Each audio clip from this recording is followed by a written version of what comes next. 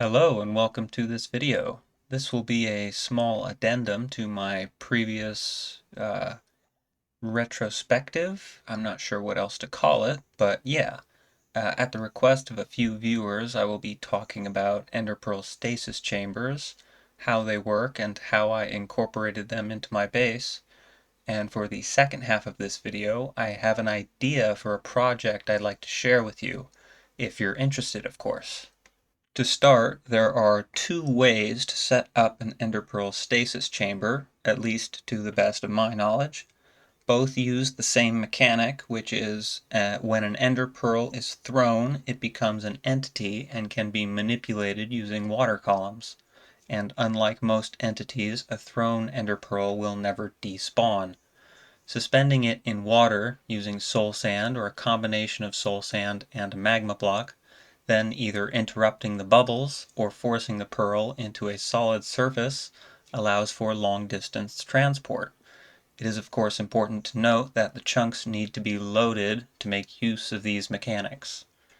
The first design is a soul sand block at the bottom of a 7-block deep water column with a wooden trapdoor at the top.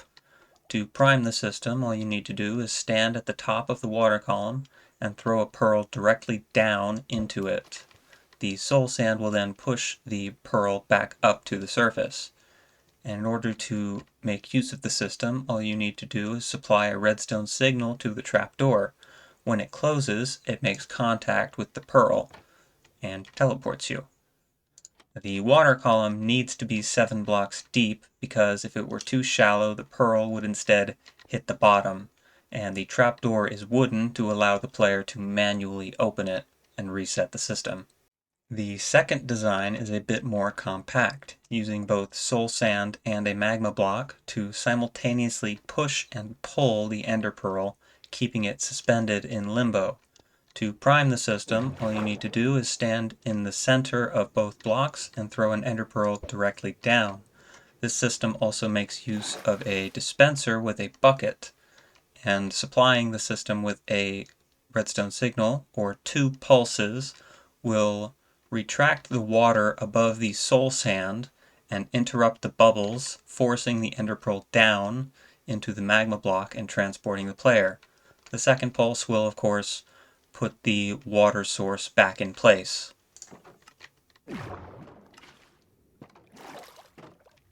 For this design, it's important to make sure the blocks above the water are not completely solid, otherwise the player will likely start suffocating after teleporting. The design I use in my base is very similar to the previous, except instead of a dispenser, I use a simple block swapper. I did this because I didn't like the dispenser being visible. Pushing the soul sand out from under the water column will interrupt the bubbles just long enough for the ender pearl to be forced down. When the redstone pulse is sent, it has a direct line into the piston that pushes the block replacing the soul sand and by proxy the soul sand out of the way, and with a repeater with a short delay on it into the second piston, which then pushes the soul sand back into place.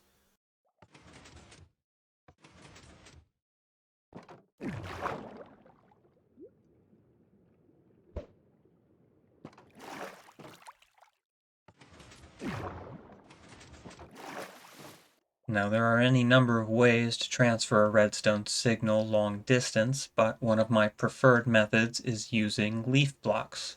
How this works is leaf blocks have a data value that detects if, through a connection of up to 6 leaf blocks, there is a wood log also connected. Using a piston to push the log next to the leaves will change this value, and the observer will then send out a single pulse. While being relatively cheap, it is also extremely flexible. You can transmit signals vertically, horizontally, or even around corners. You can also output multiple signals from one input, or have multiple inputs for one or more outputs. You can even see that there's a bit of delay between the leaf blocks that are closer to the source of the input compared to the leaves that are further away. But again, the limit for the leaf blocks is 6. Any more than that, and the data value does not change. And you can see there are more than 6 leaf blocks connecting this input to the output from this observer. If I placed another leaf block down there, it transfers the signal just fine. One small downside to this method, however, is its speed. The more of these lines you have in succession, the longer it will take for the signal to reach one end from another. And another demonstration for how you can manipulate ender pearls is using water streams. So long as there is soul sand to keep the pearl floating, the water stream can move it along the channel.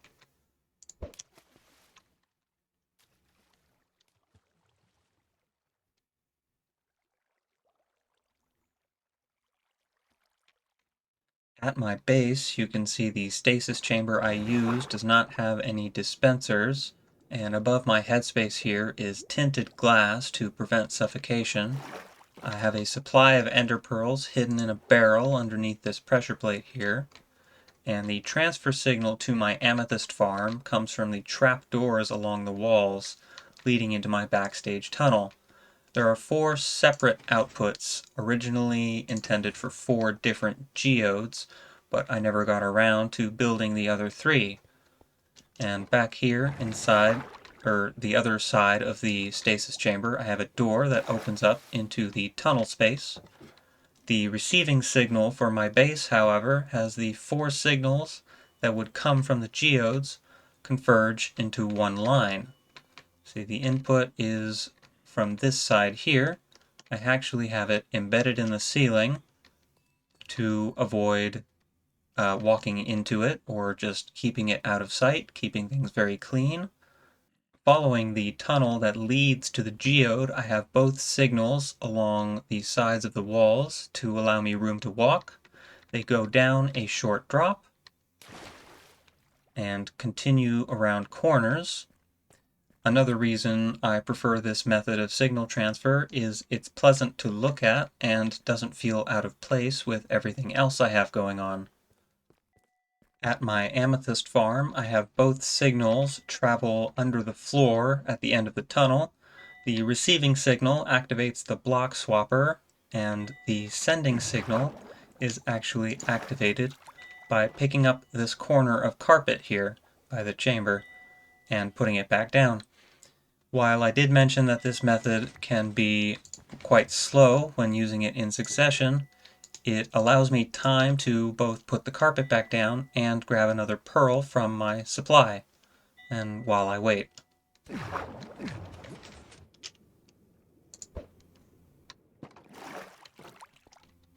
Now, as I mentioned at the beginning, I have an idea for a project that I'd like to share with you. And the reason I'm sharing it is because I don't know if or when I'll be able to build it myself. A couple weeks ago, I was actually thinking about how I might use stasis chambers to travel longer distances through unloaded chunks. And the conclusion I reached was having a stasis chamber stop just within loaded chunks, and after teleporting, load additional chunks to then continue on to a third stasis chamber. Of course, that itself isn't the idea I'm sharing. I'm sure smarter people than me have figured that out ages ago. When I thought about using stasis chambers in this way, I imagined them as a stopover similar to a train line, more specifically a subway. Now imagine you walk into a subway station, down a set of stairs, and come to a turnstile. When you walk up to it, it opens up and dispenses a couple ender pearls to resupply the next couple stasis chambers. Now, you continue into a subway car, presumably press a button, and teleport to the next stasis chamber inside another subway car at a different location. You exit the car and have the option to either leave the station or cross the platform into the next subway car that will transport you to the final stasis chamber. Now, I'll never be able to truly express in a video how excited I was about this idea. and I only continued to think up additions to it. If you've watched many of my videos and are familiar with my base, you might be thinking that the design I tried to describe feels a bit of a departure from the style of everything in my world. Pun very much intended. And I agree, it feels too modern and completely out of place with everything I've built. So I thought about it some more, and instead of a modern design, it would be post-apocalyptic. I will have discovered the ruins of an abandoned subway in my travels. The stone in the walls and floor is cracked, parts of the ceiling have given way to debris, and maybe you can see the sun filter down. Everything is covered in foliage, and maybe there are some flickering lights using backup power. And in the process of getting the subway operational again, I discover that it is instead a bullet train. Near instantaneous. I found out about this two-way near-instant redstone signal transfer from one of Tangotech's recent videos, and remembered it when thinking about this project. And as I just said, it's a two-way line. I can use it from both sides. Oops.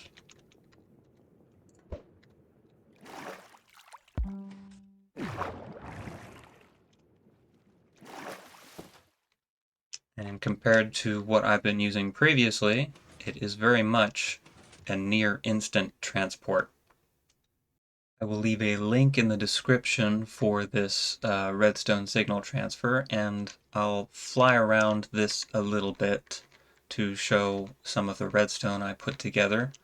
This is all very much proof of concept, so it's very likely to change if I get around to building it at some point. But yeah, this is the same design on the other side as well. The signal transfers both ways. And then for these, I like these especially because if you walk up from the so the entrance is on this side. If you try to go back the way you came, it doesn't open up for you.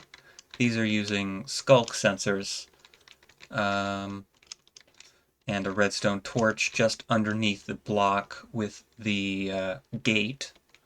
It's got an inverted torch, skulk sensor just underneath the 3x3 of the granite into a pulse extender. And right here is, this was a bit tricky to put together. This is an item dispenser for a specific number of items. For this design, it dispenses 2 pearls, and you can change it by adding more items to the item hopper. Just like that. The dispenser is under the floor there. And for this one, it's slightly different. This one can dispense 3 pearls, or an odd number of pearls, and that one can dispense an even number of pearls. So we got 3 from that.